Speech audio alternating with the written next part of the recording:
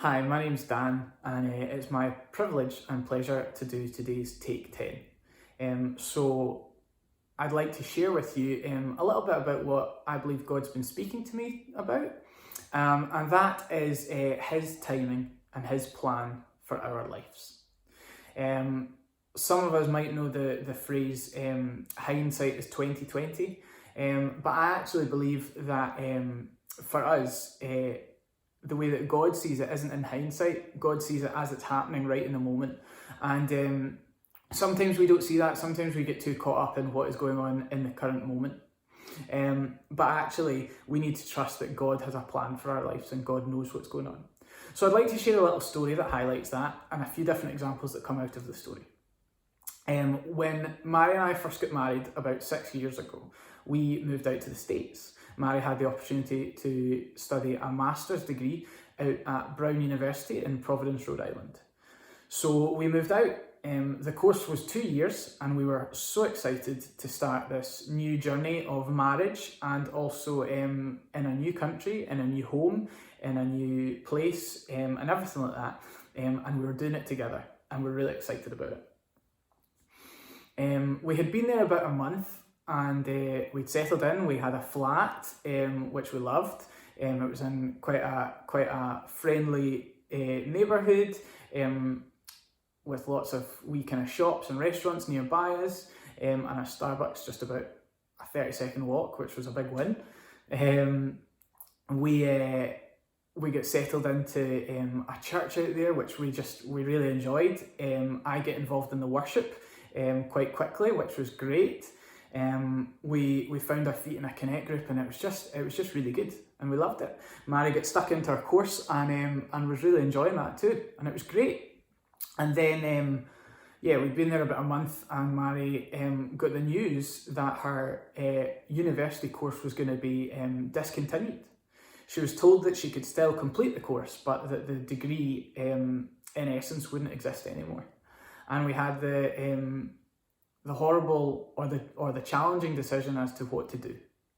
After lots of prayer and chat and consideration, we decided that it just didn't make sense to stay. It didn't make sense to continue the course. It didn't make sense to keep doing it. So we decided to come home. And at the time, I had loads of questions. A lot of which for God. It was a time when I really wrestled with my faith and I asked God why this was happening.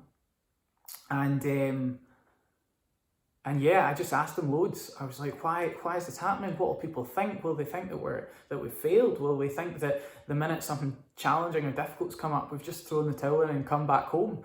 And there was loads of uncertainties. Looking back on it now, I see that God was definitely doing stuff and definitely working, but at the time I was just questioning loads. But here are some of the things that happened that now I can look back on it and be like, wow, God was so in control. So first of all, my diabetes. Some of you might know that I was diagnosed with diabetes when I was 4 years old. And on the most part, I've always had very good control of my diabetes. However, within the last month of us being out in the States, my control just went all over the place. Sometimes my blood sugars were sky high, other times they just totally plummeted. There was no real reason or rhyme. Usually it's all kind of like to do with balanced diet and exercise and all that kind of stuff, eating the right things, drinking the right things, stuff like that. But that didn't make a difference. I could eat loads and my blood sugars would still be really low, and that just wasn't normal. And it was actually a really worrying time. It was a really scary time for both myself and Mary. I got pretty ill, and I actually was really worried when we were out there as to what to do. We found the medical system quite a challenge. But then when we came home, within 2 days of us being home, I had a doctor's appointment, and a team of doctors and nurses sorted it out. I got put on a new regime, and I have not had, this has been the best control that I've had of my diabetes ever. And that was a huge blessing. And I believe that God gifted the doctors and the nurses and the amazing people that worked on how to problem solve this issue for me. And I believe that was part of God's plan. And then another amazing thing was one of our friends had a parent who was really ill, and the illness deteriorated really fast, and unfortunately they died. And it was deeply sad and heartbreaking for us. But the amazing thing was it strengthened our friendship so much. And the amazing thing was that that Mary and myself were there physically for our friend, and we could walk through that with them. And to this day, we're still best pals with them. And then another amazing thing that happened was that Mary's course, her university degree, she managed to transfer her credits from Brown to Edinburgh University. And she could transfer the credits because she'd studied one semester. So she transferred the credits and continued the degree, and she didn't need to start afresh. And that was great because it showed that the hard work that she'd already put in certainly hadn't gone to waste. Then we moved on to where we were going to stay.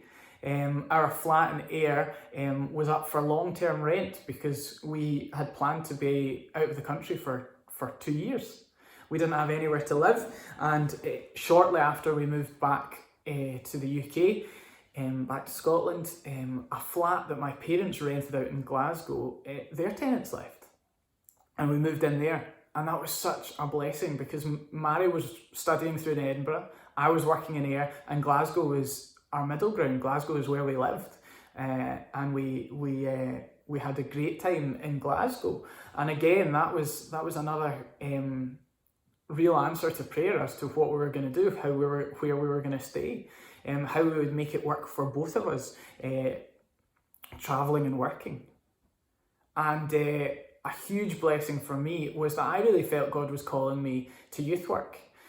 I studied youth work for a brief spell when I was at university, and it just didn't work out.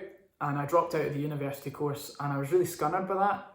And I felt like God was, at the time I felt like that was me done. I felt like youth work was finished for me. But actually, God called me back into it. And it wasn't until we got back from America that very quickly the youth work job at Southside came up. I spoke to Nick about it, and he said that the leadership team were just about to advertise it. So I got the application form and submitted that and went through the process, and amazingly God answered that prayer, and I got the job, and I did it for almost 4 years, and it was an amazing time for me. I look back at that time, and in the middle of it, when we were just coming out of America, I was thinking, why is this happening? Why are we moving? What are people going to think? But actually now I look at it and go, wow, God was so in control. All these things that at the time fitted into place, all these things that at the time seemed like a coincidence, were just so, it was just so clear to me now, and it is so clear that God was in control, and God is in control. I want to read a passage from Ecclesiastes which talks about God's timing, and hopefully this will resonate with you. It's in chapter 3, and it's titled, A Time for Everything. There is a time for everything, and a season for every activity under the heavens. A time to be born and a time to die, a time to plant and a time to uproot, a time to kill and a time to heal, a time to tear down and a time to build, a time to weep and a time to laugh, a time to mourn and a time to dance, a time to scatter stones and a time to gather them, a time to embrace and a time to refrain from embracing, a time to search and a time to give up, a time to keep and a time to throw away, a time to tear and a time to mend, a time to be silent and a time to speak, a time to love and a time to hate, a time for war and a time for peace. I wonder right now what this time right now is for you. Is this a time for rejoicing? Is it a time for getting closer to God in your relationship? Is it a time for spending as much time as you can with your family? Is it a time to focus on you? Is it a time to serve those around you? What is God calling you to?